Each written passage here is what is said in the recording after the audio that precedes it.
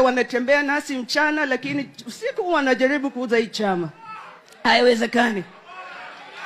ODM was not born in a bedroom.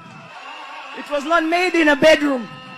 So its future will not be discussed as pillow talk. It has been the heartbeat of the Kenyan people for 20 years. ODM was born from protest. It was raised in resistance. And the people of ODM have time and time again bled, sweat, and shed tears for this country called Kenya.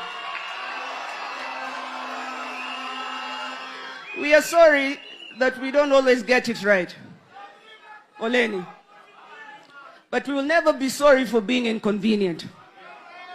They like to call us a party of goons. What we're doing is nation building. Nation building is untidy.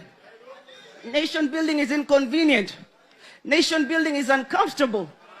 Nation building has left us in tears as ODM, as the People's Party, time and time again.